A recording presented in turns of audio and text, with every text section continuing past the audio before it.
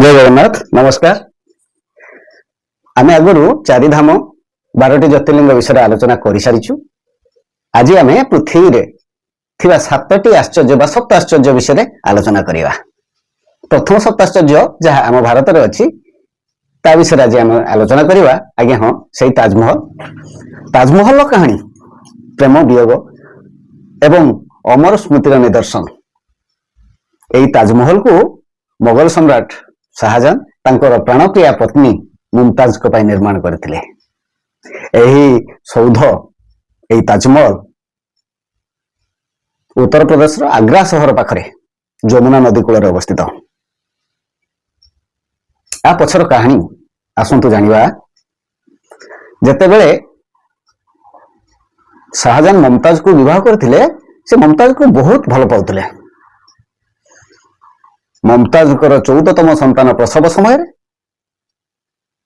से मृत्यु मुह को चली जाइथिले।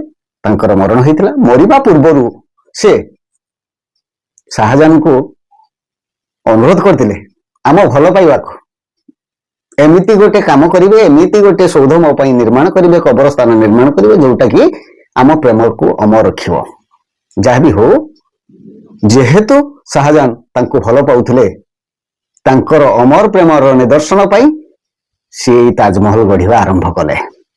एई ताजमहल गढ़िबा पाई प्राय 22,000 ऊर्ध्व श्रमिक 20 रु 22 वर्ष पर्यंत परिश्रम करथिले।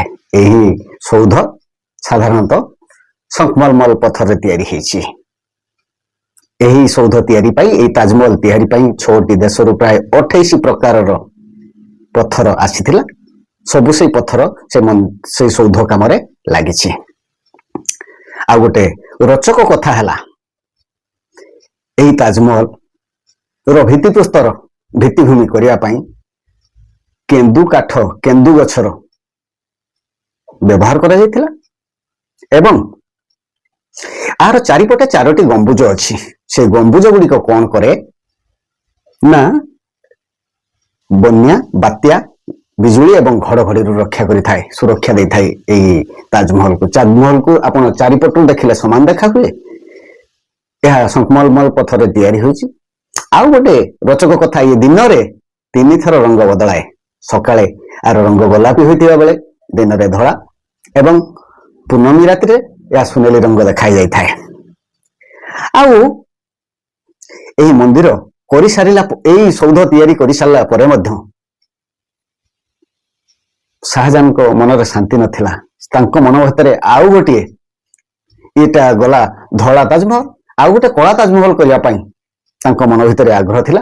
किंतु दुखर विषय सिंहासन पाई तांकर निज पुत्र औरंगजेब तांको कारागार रे बंदी करी रखिथिले।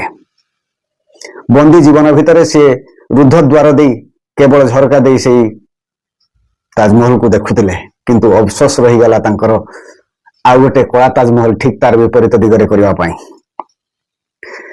जा भी हो किंतु वर्तमान ऐतिहासिक मतरे ए ताजमहल नुहे ताजमहल पूर्वरु एठारे गोटे तेजमहल बोली थिला बोली विश्वास करा जाए। ऐतिहासिक मतरे ता पूर्वरु एठी भगवान शिवंकर आस्थान थिला।